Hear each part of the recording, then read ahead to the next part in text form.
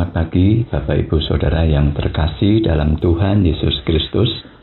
Selamat bertemu kembali dalam sapaan dan renungan pagi GKI Salatiga, Jumat 19 Mei 2023 bersama saya Sriono Sudarso. Marilah kita awali perenungan kita dengan berdoa, mohon pimpinan Roh Kudus. Tuhan Allah yang Maha Penyayang dan Maha Pengasih, kembali kami bersyukur atas kebaikan dan pemeliharaan Tuhan dalam hidup kami. Saat ini kami ingin mendengarkan firman-Mu. Untuk itu, layakkanlah dan siapkanlah hati kami. Inilah ya Tuhan doa permohonan kami yang kami alaskan dalam nama Tuhan Yesus Kristus. Amin. Bapak Ibu Saudara, renungan pagi ini berjudul Menikmati Damai Sejahtera. Kemarin kita baru saja memperingati hari kenaikan Tuhan Yesus ke surga. Selama ini peristiwa kenaikan dirayakan tidak semeriah saat kita merayakan hari raya Kristiani lainnya, semisal Natal dan Paskah. Hal ini tidak berarti bahwa peristiwa Natal dan Paskah lebih agung, lebih mulia, lebih besar daripada peristiwa kenaikan. Peristiwa kenaikan Tuhan Yesus ke surga merupakan rangkaian peristiwa yang tidak terpisahkan dari peristiwa-peristiwa sebelumnya, kelahiran, kematian, dan kebangkitan. Dan masih ada satu peristiwa lagi yang tidak kalah pentingnya dari keempat peristiwa tersebut dan harus digenapi, yaitu tentang kedatangannya yang kedua kali. Peristiwa kenaikan Yesus ke surga merupakan sebuah penugasan bagi kita untuk mewartakan kasih karunia Allah kepada manusia. Untuk menjalankan tugas tersebut, Tuhan memperlengkapi kita dengan Roh Kudus. Di samping itu, Ia juga memperlengkapi kita dengan damai sejahtera, seperti yang ditulis dalam Yohanes 14 ayat 27. Damai sejahtera kutinggalkan bagimu.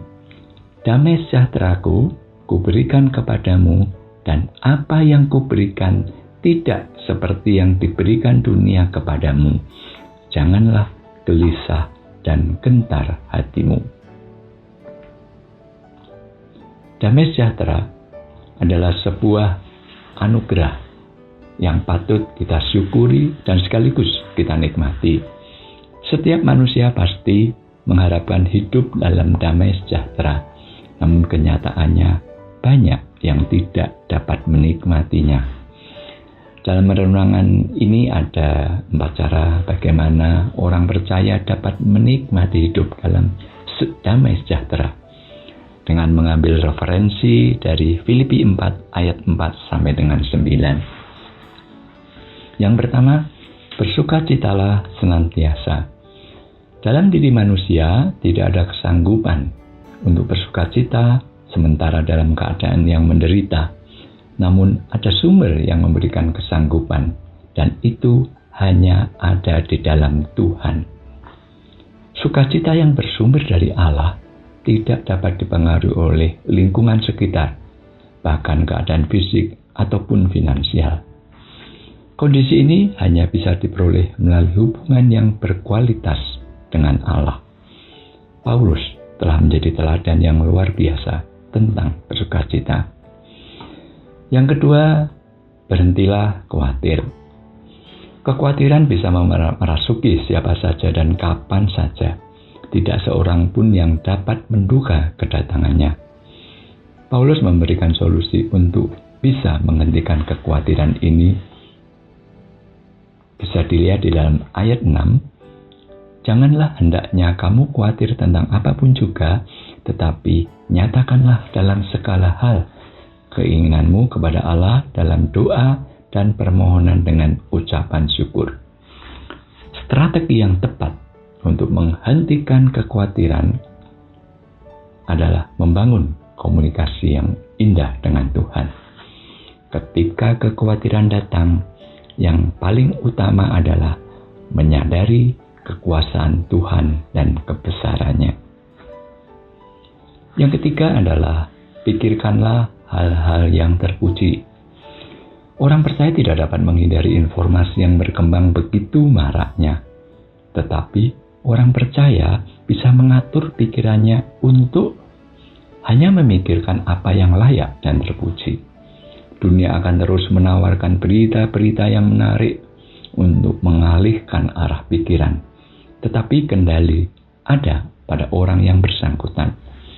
Kekuatan pikiran dibangun dari sumber yang benar akan sanggup mengalahkan segala bentuk kecemasan. Yang keempat, hiduplah konsisten.